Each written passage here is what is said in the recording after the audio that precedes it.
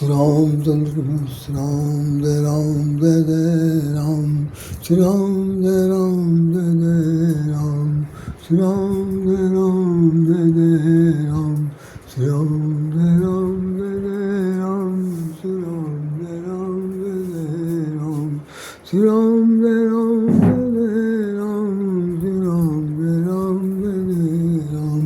श्री राम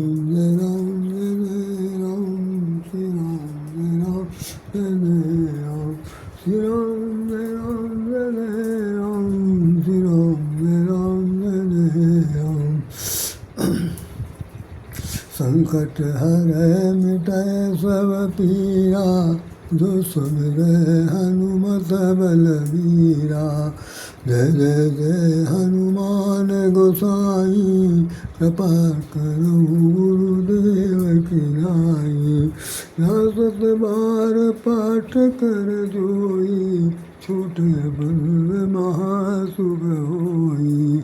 जोया पढ़े हनुमान चालीसा होई सिद्धि साखी होई सा। तुलसीदास सदा हरिया नाथ हृदय मदिरा। बोली सब रामचंद्र महाराज जी की जय। ये बड़े मंगल का ये चित्र है आपके सामने, और दैनिक जागरण में जो लिखा हुआ है कि आस्था संस्कृति और एकता का प्रतीक बड़ा मंगल। यहाँ पर ये भी बना हुआ है गुम्बद है, जिसमें उस वक़्त की घटना थी जब हिंदू मुसलमान एक साथ रहते थे, कभी आज से 200 साल पहले। तब यहाँ में महामारी हुई थी, हैजा फैला था। उस बीच में मां मनोती के साथ भगवान हनुमान जी सब पर कृपा कर रहे थे।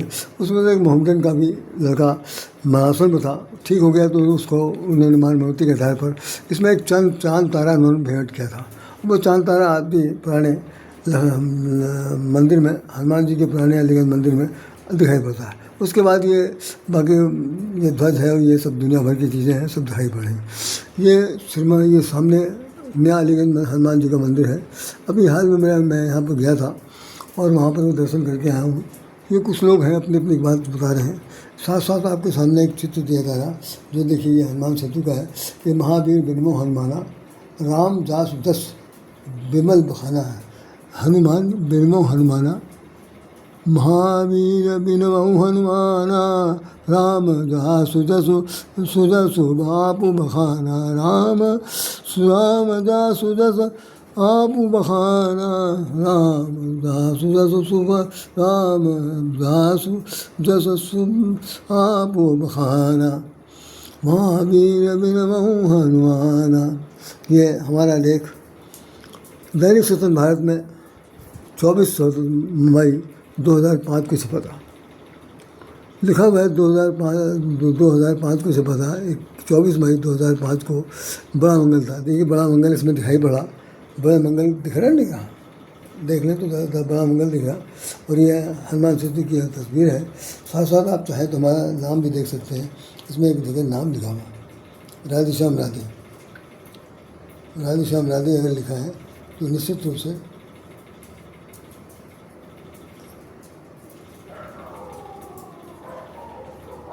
ये देखिए ये हमारा नाम है, राधेश्याम राधे लिखा हुआ है। ये 21 साल पहले एक अखबार में छपा था, उसकी कटिंग आपके सामने प्रस्तुत है। आइए हम लोग दूसरा इस पर चर्चा करते हैं। इससे पहले इसका छोटा सा एपिसोड बना था, लेकिन फ़ोन की खराबी की वजह से मैं पूरी तरह से आगे बढ़ा नहीं पाया। चलिए आज चर्चा करते हैं। जय श्री राम, जय बजरंगबली। आप सब लोगों ने अपने, चूँकि आप बुद्धिजीवी हैं, एक इंटेलेक्चुअल पर्सन हैं, दुनिया आपने भी देखी है, हमने भी देखी है। हो सकता है कहीं कहीं कम ज़्यादा, कहीं कुछ न कुछ अपने अपने अनुभव के हिसाब से देखा होगा। लेकिन मैं यदि इस बात का दावा करूँ कि मैंने आपसे कहीं ज़्यादा देखा है तो आप इसको अन्यथा न लीजिएगा। अन्यथा लीजिएगा। मैं समझ आता हूँ कि बहुत करीब से हमने संसार को देखा है, बहुत करीब से संसार को देखा है। कूड़े में से टुकड़ा फेंका हुआ अन्य दल को भी मैंने खाते हुए लोगों को देखा। दुत्कारे हुए व्यक्ति को भी जल के लिए तड़पते मैंने देखा। कठिनाइयों का एक परिंदा हमारे सामने से गुजरा है, हम छू जानते। हो सकता है आपको नजर से कभी ना गुजरा हो, लेकिन मैं बहुत करीब से ज़िंदगी जीते हुए देखा हूँ। मैं आज बताना चाहता हूँ बहुत खास तौर से, ये चूँकि हनुमान जी का ये प्रसंग चल रहा है, आज बड़ा मंगल है। एक मिनट आपको बताना भूल गया, आप देख करके आश्चर्य कितना होइएगा, कितनी सारी मालाएं कैसे पहन लिया। आज मैं लगभग 6 महीने बाद हनुमान सेतु गया था। वहाँ पर बहुत से पुजारी मुझे बहुत अच्छी तरह जानते हैं। 2-1 लोग तो ऐसे हैं जो बिल्कुल हाथों हाथ नहीं रहते, मुझे देखते ही उनके हृदय में एक अगाध स्नेह उत्पन्न होता है और वो बहुत बहुत प्रेम से सब काम छोड़ के उठ जाते हैं और कहते हैं भाई राय समझ आइए। तो हनुमान सेतु जी के ठीक हनुमान जी के मंदिर में बैठे हुए आज जो थे, वहाँ पर चंद्रमणि त्रिपाठी नाम है, उन्होंने हनुमान जी का ये माला उतार के मुझे दे दिया, कहा ये प्रसाद है।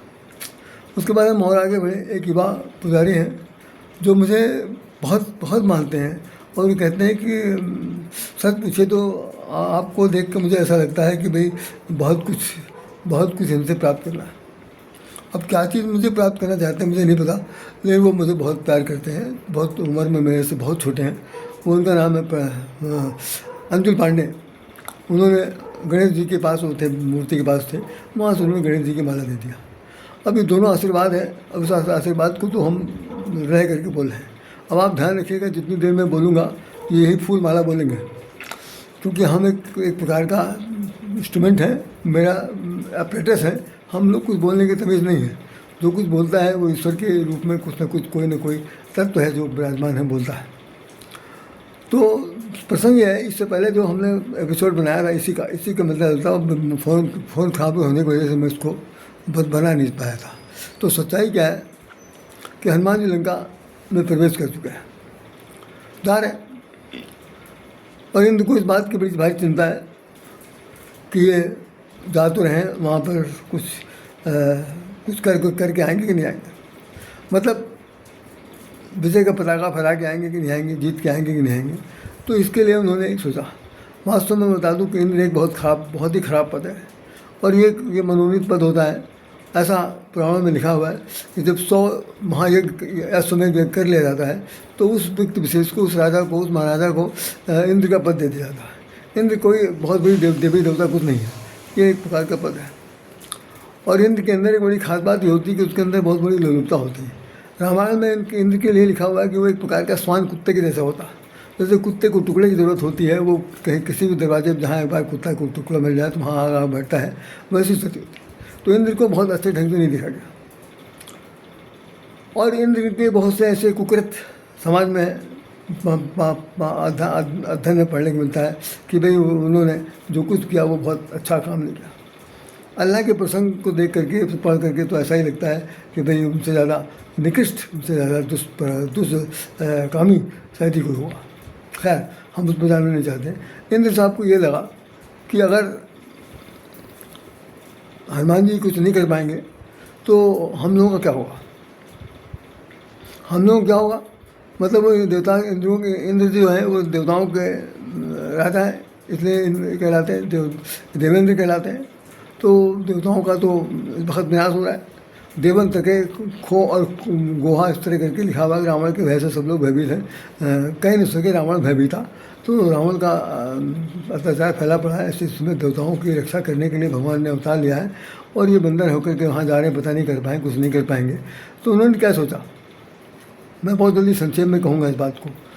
वो ये सोच रहे हैं कि भाई अगर ये वहाँ से कुछ करके नहीं आए तो सारा सब जो कहना चाहिए योजना है वो सब विफल हो जाएगी। इंद्र के बारे में एक बहुत खास बात और बता दूँ कि इसका रूप देखिए, उत्तरकांड में एक चौपाई लिखी हुई है। चौपाई क्या, दो चौपाई लिखी हुई, दोनों चौपाइयों को आप लोग पढ़िएगा। लिखा है कि जब कभी कोई तरक्की होती है, किसी की भी होती, छोटे से छोटे, बड़े से बड़े लोगों की तरक्की होती है। आपने अपने व्यवहारिक जीवन में देखा होगा, अपने ऑफिस में देखा होंगे, लोगों के साथ उठते बैठते देखे होंगे, अध्यापन काल में देखा होगा, अध्ययन करते हुए छात्र छात्राओं के बीच में देखा होगा, और भी जो स्पर्धा वाले जो प्रतियोगी हैं उन सब के बीच में देखा होगा कि उसमें जो आदमी एक अंक भी ज़्यादा पढ़ जाता है या एक कदम आगे बढ़ जाता है तो दूसरा व्यक्ति जो है उसकी टांग सीटी करता है, या तो उसकी आलोचना करता है, उसको डिस्कस करता है, या उसको जो है वो अच्छे ढंग से वो ट्रीट नहीं करता, मतलब अंदर से वो जलता है। तो रामायण में चौपाई लिखी है ऐसे लोगों की, आप भी सुन लीजिए, पढ़ा होगा तो बहुत अच्छी बात, नहीं पढ़ लीजिए। जो काहू की सुन बड़ाई, सांस लेत जन जूड़ी आई। अगर किसी ने किसी की बड़ाई सुन लिया, किसी भी क्षेत्र में बड़ाई सुन ली, तो गोस्वामी जी कह रहे हैं कि उनको देख के ऐसा लगता है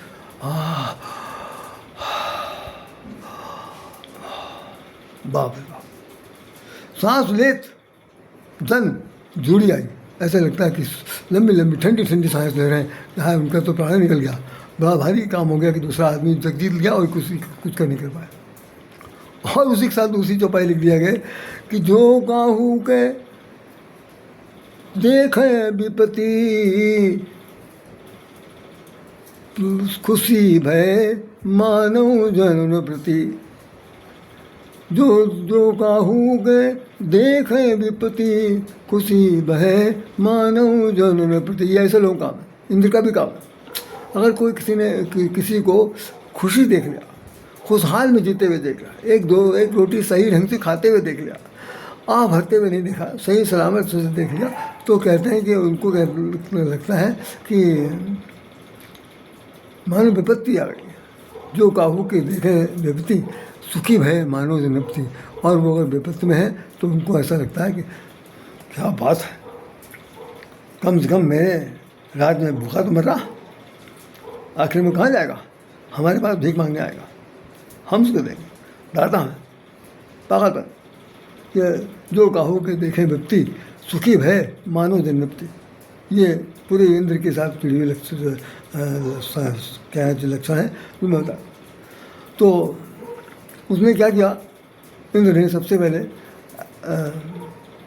सुरसा नाम अहिन के माता पठवा पुनी, उसने सुरसा नाम की राक्षसी को, सुक्षा नाम की सर्पों के माँ को भगवान हनुमान जी की परीक्षा लेने के लिए भेजा।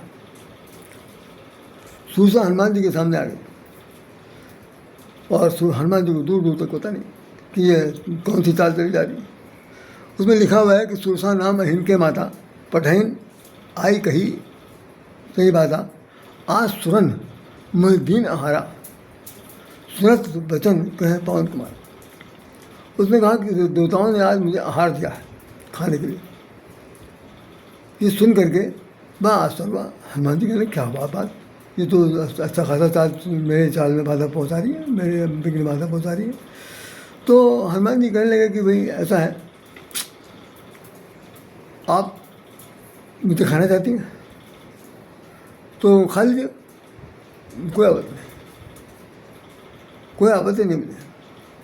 तो उसमें लिखा हुआ है कि राम काज करी फिर मैं आऊँ, राम काज करी फिर मैं आऊँ, सीता कह सुति प्रभु सुनाऊँ, तो तब बदन पैठियों आई, सत्य कहूँ मैं जाने लगे। देखिए सत्य कह रहा हूँ कि मुझे जिस काम के लिए भेजा गया है उस काम में केवल राम के काम है, और उनकी धर्मपत्नी यहाँ लंका में है, उनकी खोज करने आया हूँ। पता लगाने के बाद मैं उनको भगवान को सुना दूँ, बता दूँगा, और उसके बाद मैं स्वयं आकर के आपके मुंह में प्रवेश कर जाऊँगा। सत्य कहूँ मुझे जाने दे भाई। अब सत्य किससे कहा जाएगा, या सुनिए, अगर अंधा बहरा हो, देख ना पाता हूँ तो ठीक है भाई, सुनता तो ठीक ठाक होगा। अब सुन भी ना पाता हूँ तो उससे बदतर हालत है। तो ऐसा कहा जाता है कि जो हमारे जो सर्प हैं, सर्प की जो जातियाँ हैं, जितनी भी जातियाँ हैं पूरे संसार में, उन लोगों के पास कान नहीं होता, कान नहीं होता। वो चाहे जल जीव हो, चाहे वो ऊपर वाले जीव हो, चाहे नीचे वाले जीव हो, उनके पास कान नहीं होता, तो कुछ सुनेंगे नहीं। तो जो बीन बजाने वाले लोग होते हैं, आप उनसे कोई पूछेगा कि वो जो बीन बजाते हैं तो ऐसे करते हो, तो वो ऊपर से नीचे तक वो बीन को धरती से छुआते हैं, फिर ऊपर ले जाते हैं नीचे। तो धरती के अंदर जो कंपन होता है, वाइब्रेशन होता है, उस वाइब्रेशन को देख करके वो अंदाज़ा लगाते हैं कि ये अब हमला करने वाला है, अब हमला करने वाला है। तो वो खाने के लिए, फुफकार मारने के लिए तैयार होते हैं। तो अब सर्पणी है, सर्पों की माँ है, सुन बिल्कुल नहीं रही है, और वो कह रहे हैं जाने दे माई, उनको माता जी कहा जा रहा। हनुमान जी कह रहे हैं मैं सत्य कह रहा हूँ, तो सत्य कहो चाहे असत्य कहो, जाने की बात कहो चाहे न जाने की बात कहो, अपना अभियान बताओ चाहे ना बताओ। लेकिन जब किसी की समझ में नहीं आ रहा तो क्या है, कौन राम कौन देवता। तो जानबूझ करके इंद्र ने ऐसे लोगों को भेजा कि ताकि हनुमान जी जो है वो घबरा करके वो ऐसा करें या तो वो हताश होकर के किसी तरह से वापस लौट जाए, कोई दूसरा समझदार आदमी आवे, या फिर यह है कि भाई वो सरेंडर कर दे। तो वो जो कुछ चाहती होगी, जो चाहती करेंगे। तो उसमें लिखा हुआ है कौनो जतन दे नहीं दाना गृहस्थ में मोह कहो हनुमान। हनुमान जी ने कहा अच्छा भाई दाने नहीं दे रही, दाने तो नहीं दे रही, मैं तुझे माँ कह चुका हूँ, मैं तेरा पुत्रवत हूँ और तू मुझे दाने नहीं दे रही, तो गृहस्थ में मोह तो देरी काहे की, कहा बात मेरी, निकल जाओ। लेकिन निकले कैसे, जब सुने तब तो उसको तो यही नहीं मालूम कि निकलने के लिए कह रहे हैं कि कुछ और बता रहे हैं। तो वो नहीं समझ में आ रहा उसकी बात। ये हुआ कि 10 सुरसा, बस यही पर ध्यान रखिएगा जो मैं चौपाई बंद करूँगी इसके बाद, कि 10 सुरसा बदन बढ़ावा, ताज द्वंद्व का रूप दिखावा, 16 जोजन मुक्त नहीं पटे हो, तुरंत पहुँच 32 हो। कहें कि उसमें सबसे पहले अब 10 अपने उसमें मुँह बढ़ाना शुरू किया। तो हनुमान जी ने कहा ये तो बड़ा भारी खेल हो रहा। और उसके बाद 16 जोजन, तो जब 16 योजन हो गया, 16 जोजन 1600 कोस, तो उन्होंने क्या, हनुमान जी ने 32 हो गए।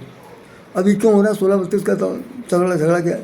गोस्वामी ने एक बात लिखी है कि 16 शब्द जो है, हम लोग जो हिंदा जब पुराने ज़माने में हमारे यहाँ इकाई चलती थी आना पाई, तो लोग बात कहते थे क्या समझते हैं आप, ये 16 आने सत्य है, 100% सत्य नहीं कहते थे, 100% नहीं कहते थे, 16 आने सत्य, 32 आने सत्य। इसका मतलब क्या है कि 100% सत्य के बाद ही सत्य जो हो सकता है वो सत्य बोल रहा, 100%। तो 16 आने, उन्होंने कहा 16 जोजन की जब हो गई, तो हनुमान जी ने कहा अरे तुम्हारा 16 किस काम का, मैं तुम्हें 32 दिखाता हूँ। वो 32 के हो गए। तो 10 सोचा बदन बढ़ावा, ताज धूम कर, जैसे जैसे उन्होंने अपना रूप रंग बढ़ाया वैसे वैसे हनुमान। उसके बाद हनुमान जी ने कहा कि इस स्पर्धा में तो तरक्की कुछ होगी नहीं, हम भी बढ़ाएंगे, ये भी बढ़ाएंगे, हम भी बढ़ाएंगे, ये भी बढ़ाएंगे, घटने का कोई नाम नहीं लेगा। तो इससे अच्छा ऐसा करते हैं, काम निकालना अपना है। तो बुद्धिमान का काम सबसे, जो हनुमान जी सबक सीख लीजिए, बुद्धिमान आदमी का काम ये है कि तुरंत ऐसी स्थिति में अपने आप को छोटा कर लेना चाहिए। छोटा तो बड़ा से बड़ा रहेगा, मुँह खुला है तो खुले रहेगा। अब उनकी पागलपन जहाँ है, जब सुनाई नहीं पड़ा तो बिल्कुल पागल बने।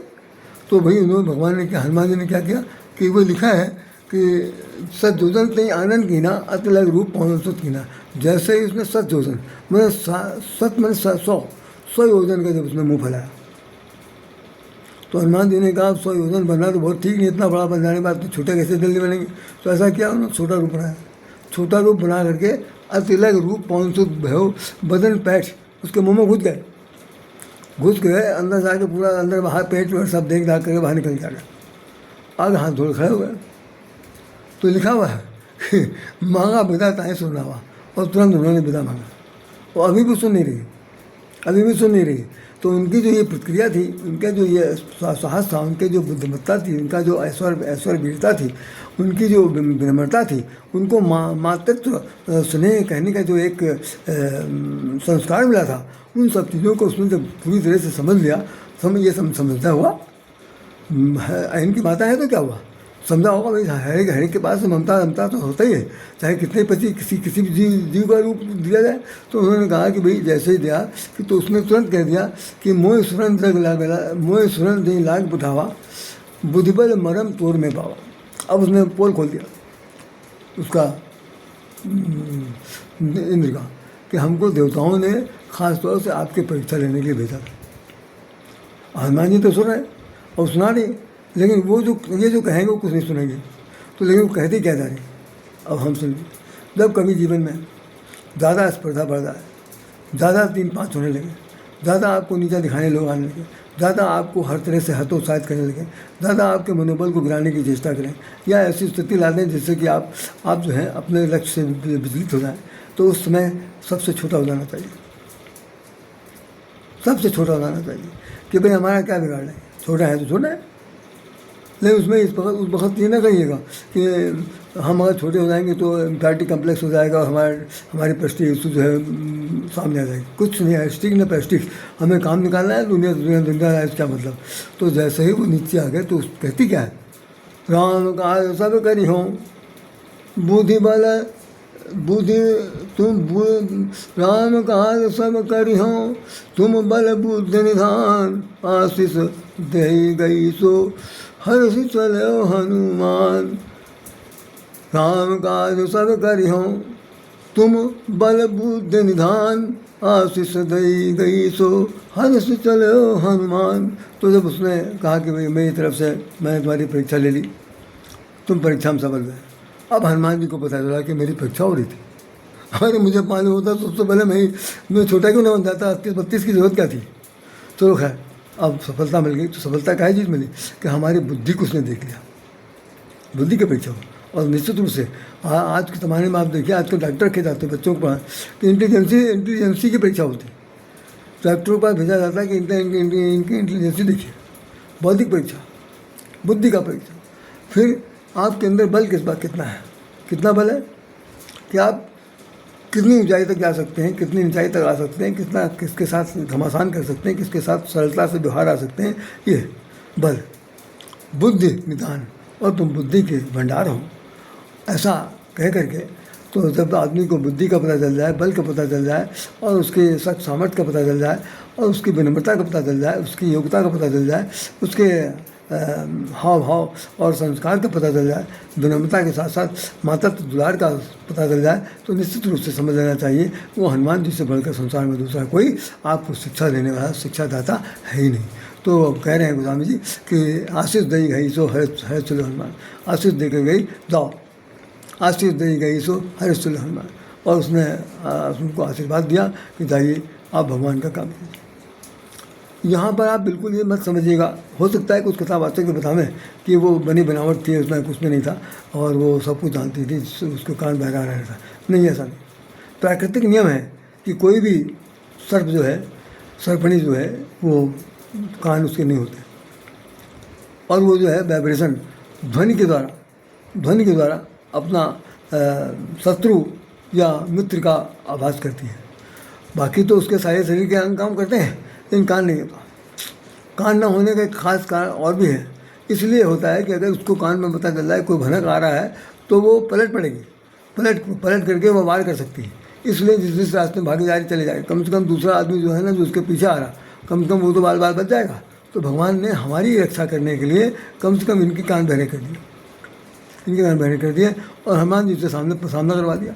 और सामना कराने वाले वो सज्जन हैं जो सबसे निकम्मे, उन्होंने उनको भेज करके परीक्षा ली। अब वो क्या करें, अब उनके मुंह लाल पीला हो गया कि चलो भाई काम तो बनेगा, अब तो कुछ दिक्कत नहीं है, हनुमान जी जीत के आएंगे। तो इन्हीं शब्दों के साथ मैं राय स्वामी राधे आपको हृदय श्रवण करता हूँ और ईश्वर से प्रार्थना करता हूँ कि हनुमान जी के इस तरह के जो सौरवीरता है, उनकी बुद्धिमत्ता है, और ये 12 नहीं 16, 32 और 100 ये तहत जो ये आंकिक जो गणना है, ये गणना सिर्फ इस बात की है कि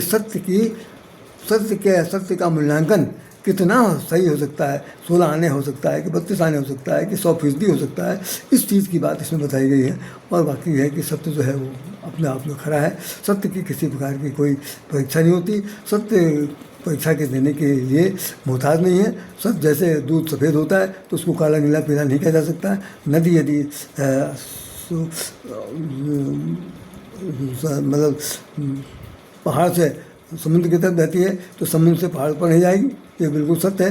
तो जो जितने सूरज पूरब की तरफ निकलता है तो पश्चिम तरफ नहीं निकलेगा, जिधर निकलता है वो जाने, उनका काम जाने। तो निश्चित रूप से जो जिसे कहना चाहिए यूनिवर्सल ट्रूथ है, उस सत्य को सत्य करके दिखाना ये हनुमान जी का काम है।